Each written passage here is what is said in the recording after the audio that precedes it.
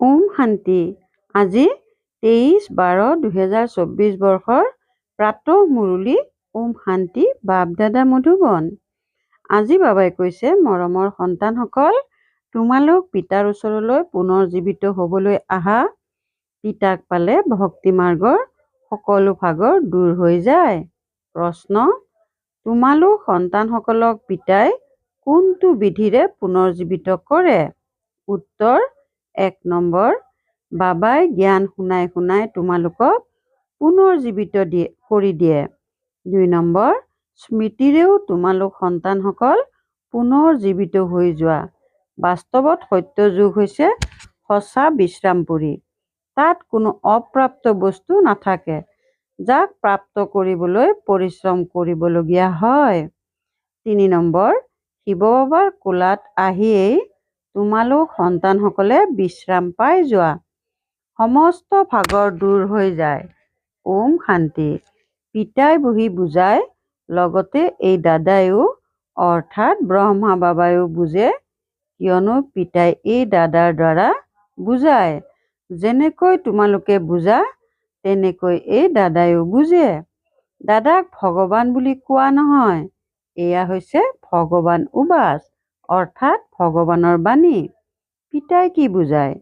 দেহী অভিমানী হোৱা, কিয়নো নিজক আত্মা বুলি নুবুজিলে পৰমপিতা পৰমাত্মাক স্মৰণ কৰিব নোৱাৰে। এই সময়ততো সকলো আত্মাই পতিত, পতিতকেই মনুষ্য বুলি কোৱা হয়, পাৱনক দেৱতা বুলি কোৱা হয়। এয়া অতি সহজে বুজিবলগীয়া আৰু আনক বুজাবলগীয়া কথা।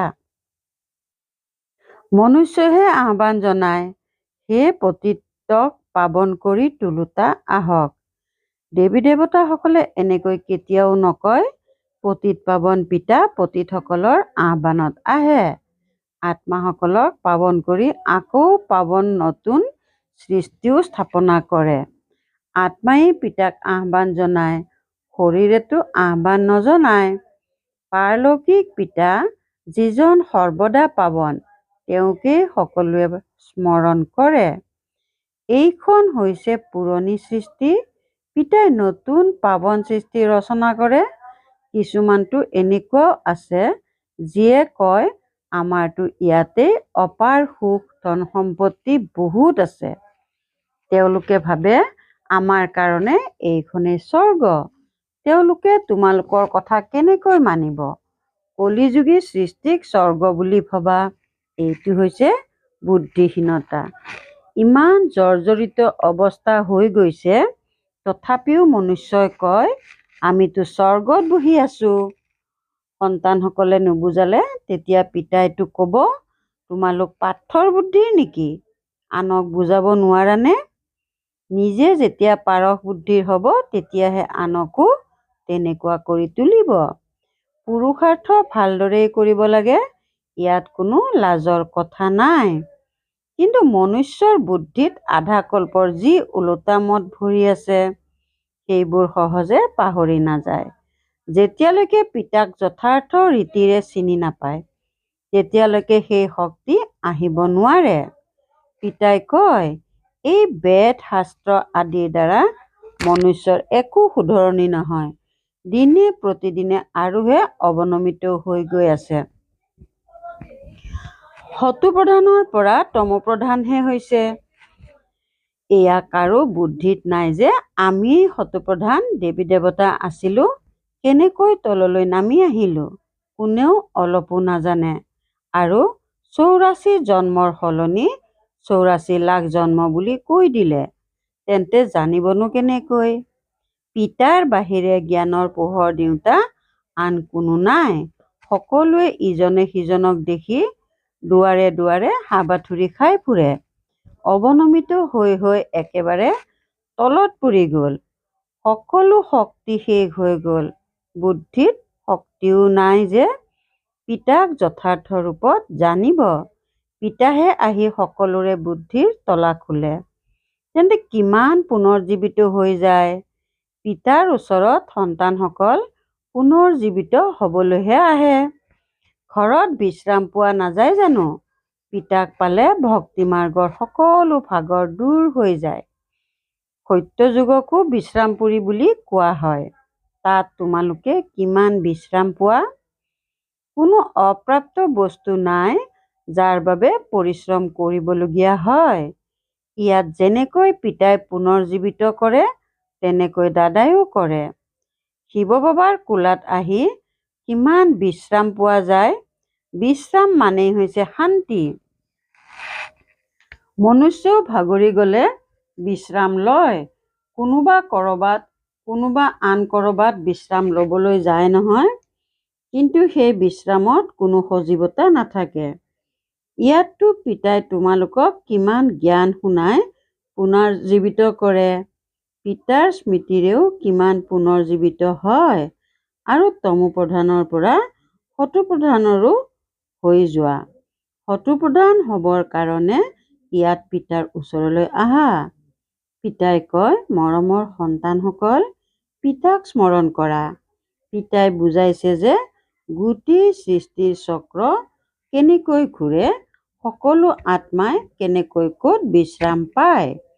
তোমালোক সন্তানসকলৰ দায়িত্ব হৈছে সকলোকে পিতাৰ বাৰ্তা দিয়া। পিতাই কয়, মোক স্মৰণ কৰা, তেতিয়া উত্তৰাধিকাৰৰ তোমালোক মালিক হৈ যাবা।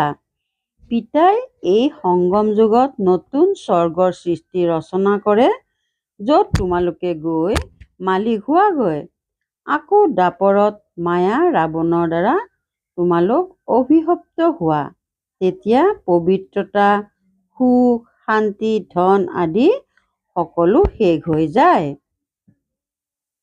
কেনেকৈ লাহে লাহে শেষ হৈ যায় তাকো পিতাই বুজাইছে। দুখধামত জানো বিশ্ৰাম ল'ব পাৰি? সুখধামত বিশ্ৰামেই বিশ্ৰাম। মনুষ্যক ভক্তিয়ে কিমান ভাগৰুৱা কৰি দিয়ে। জন্ম জন্মান্তৰ ভক্তি কৰি কিমান ভাগৰি পৰে। কেনেকৈ একদম কঙাল হৈ গ'লা। এই সকলো ৰহস্য পিতাই বহি বুজায়। নতুনকৈ কোনোবা আহিলে তেওঁলোকক কিমান বুজাবলগীয়া হয়। প্ৰতিটো কথা মনুষ্যই কিমানে ভাবে কৰবাত যাতে যাদু হৈ নাযায়। হেৰৌ, তোমালোকেইতো কোৱা যে ভগৱান যাদুকৰ। সেয়েহে পিতাই কয়, হয়, মই যথাৰ্থতে যাদুকৰ হওঁ। কিন্তু সেই যাদু নহয় যাৰ দ্বাৰা মনুষ্য ভেড়া ছাগলী হৈ যায়। এয়া বুদ্ধিৰ দ্বাৰা বুজা যায়। এওঁতো একেবাৰে ভেড়া ছাগলীৰ দৰে। গায়নো আছে, ছাগলীয়ে স্বৰ্গৰ সংগীত কি বুজিব। এই সময়ততো সকলো মনুষ্য যেন ভেড়া ছাগলীৰ দৰে। এই সকলোবোৰ কথা ইয়াৰেই। এই সময়ৰেই গায়ন। কল্পৰ শেষতো মনুষ্যই বুজিব নোৱাৰে চন্দিকাৰ কিমান ডাঙৰ মেলা লাগে। তেওঁ কোন আছিল? এনেকৈ কয় যে তেওঁ এগৰাকী দেৱী আছিল। এনেকুৱা নামটো তাত নাথাকে। সত্যযুগত কিমান ভাল সুন্দৰ নাম থাকে। সত্যযুগী সম্প্ৰদায়ক শ্ৰেষ্ঠাচাৰী বুলি কোৱা হয়। কলিযুগী সম্প্ৰদায়কতো কিমান চি চি উপাধি দিয়া হয়। এতিয়াৰ মনুষ্যক শ্ৰেষ্ঠ বুলি কোৱা নহয়। দেৱতাসকলক শ্ৰেষ্ঠ বুলি কোৱা হয়। গায়নো আছে, মনুষ্যৰ পৰা দেৱতা কৰি তুলিবলৈ ঈশ্বৰৰ সময় নালাগে। মনুষ্যৰ পৰা দেৱতা, দেৱতাৰ পৰা মনুষ্য কেনেকৈ হয়, এই ৰহস্য পিতাই তোমালোকক বুজাইছে। সেইখনক দৈবী সৃষ্টি আৰু এইখনক মনুষ্য সৃষ্টি বুলি কোৱা হয়। দিনক পোহৰ, ৰাতিক অন্ধকাৰ বুলি কোৱা হয়। জ্ঞান হৈছে পোহৰ, ভক্তি হৈছে অন্ধকাৰ। অজ্ঞান নিদ্ৰা বুলি কোৱা হয় নহয়। তোমালোকেও বুজি পোৱা যে আগতে আমি একোৱেই নাজানিছিলোঁ। সেইবাবে নেতি নেতি অৰ্থাৎ নাজানো বুলি কৈছিলোঁ। অৰ্থাৎ আমি নাজানো। এতিয়া তোমালোকে বুজিছা। আমিওতো প্ৰথমতে নাস্তিক আছিলোঁ। বেহদৰ অৰ্থাৎ গোটেই জগতৰ পিতাক চিনি পোৱা নাছিলোঁ। তেওঁ হৈছে প্ৰকৃত অবিনাশী বাবা। তেওঁক সকলো আত্মাৰ পিতা বুলি কোৱা হয়। তোমালোক সন্তানসকলে জানা, এতিয়া আমি সেই বেহদৰ পিতাৰ হৈছোঁ। পিতাই সন্তানসকলক গুপ্ত জ্ঞান দিয়ে। এই জ্ঞান মনুষ্যই ক'তো পাব নোৱাৰে।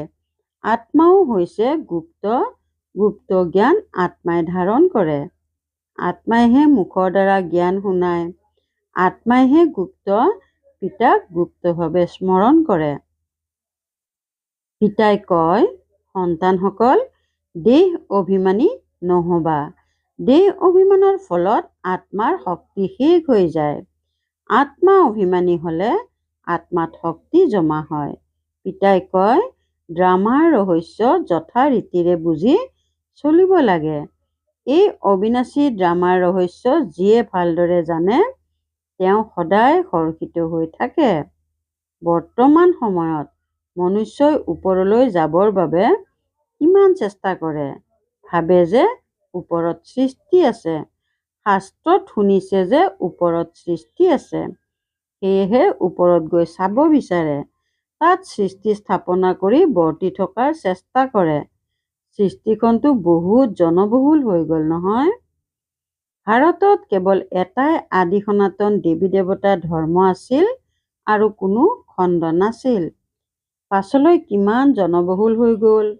তোমালোকে বিচাৰ কৰা যে ভাৰতৰ কিমান সৰু টুকুৰা এটাত দেৱতাসকল থাকে। যমুনাৰ পাৰতে পৰিস্থান আছিল, য'ত লক্ষ্মীনাৰায়ণে ৰাজ্য কৰিছিল। কিমান সুন্দৰ শোভনীয় শতপ্ৰধান সৃষ্টি আছিল। প্ৰাকৃতিক সৌন্দৰ্য আছিল। আত্মাতেই সকলো চমৎকাৰ থাকে। সন্তানসকলক শ্ৰীকৃষ্ণৰ জন্ম কেনেকৈ হয় দেখুওৱা হৈছিল। গোটেই কোঠাতে যেন পোহৰ হৈ যায়।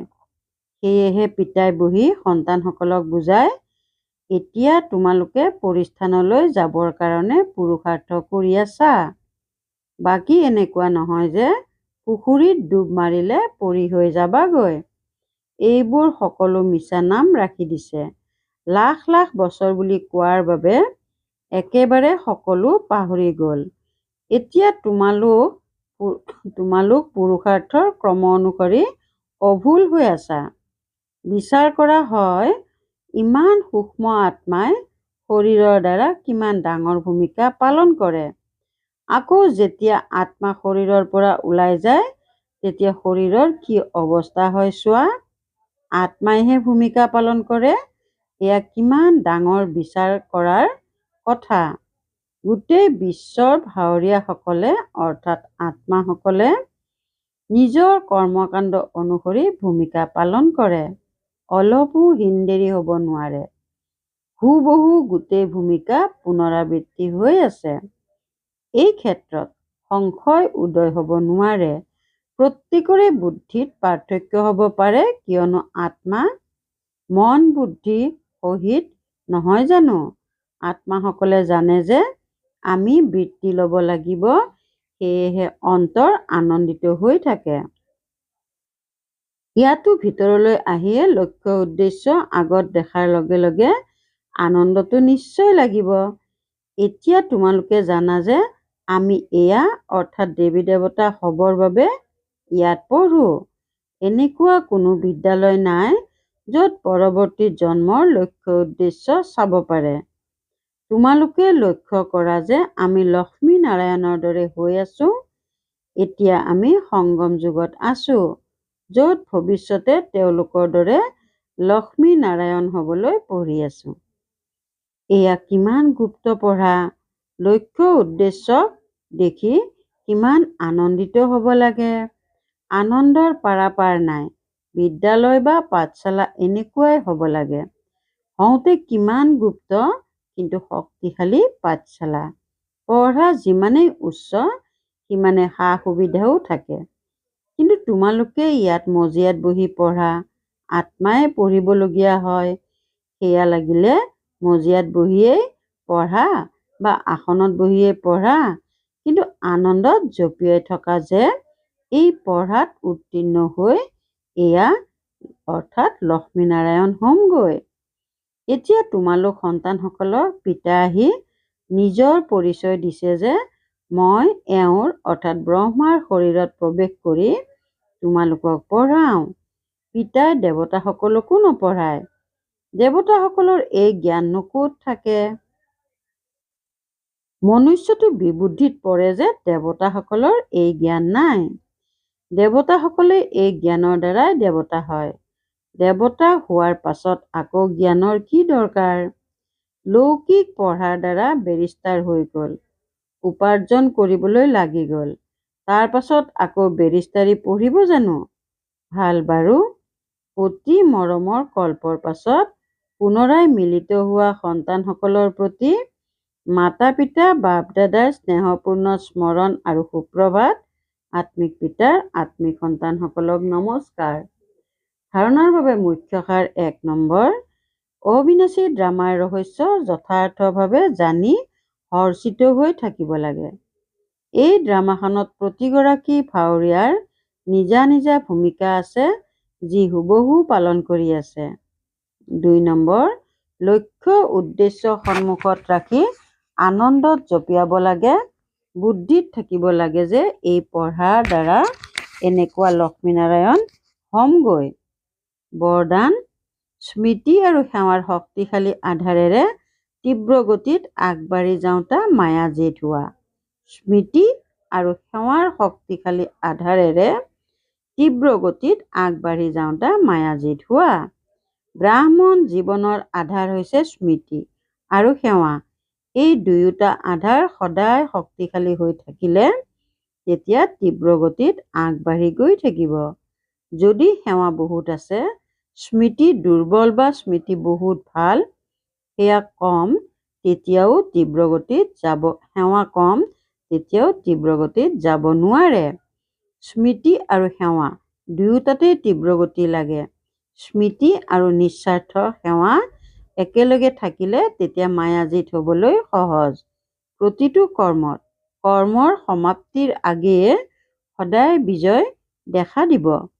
শ্লোগান: এই সংসাৰখনক অলৌকিক খেল আৰু পৰিস্থিতিসমূহক অলৌকিক খেলৰ সামগ্ৰী বুলি বুজি চলা। এই সংসাৰখনক অলৌকিক খেল আৰু পৰিস্থিতিসমূহক অলৌকিক খেলৰ সামগ্ৰী বুলি বুজি চলা। ওম শান্তি। সদায় সন্তুষ্ট হৈ থাকি সকলোকে সন্তুষ্ট কৰি সন্তুষ্টমণি হ'বলৈ আজিৰ অব্যক্ত সংকেত। সকলোতকৈ সহজ সদায় সন্তুষ্ট হৈ থকাৰ বিধি হৈছে সদায় কিবা নহয় কিবা বিশেষ প্ৰাপ্তিৰ নিজৰ সন্মুখত ৰাখা। পিতাৰ পৰা কি কি পালা, কিমান পালা, নিজৰ প্ৰাপ্তিসমূহক চোৱা।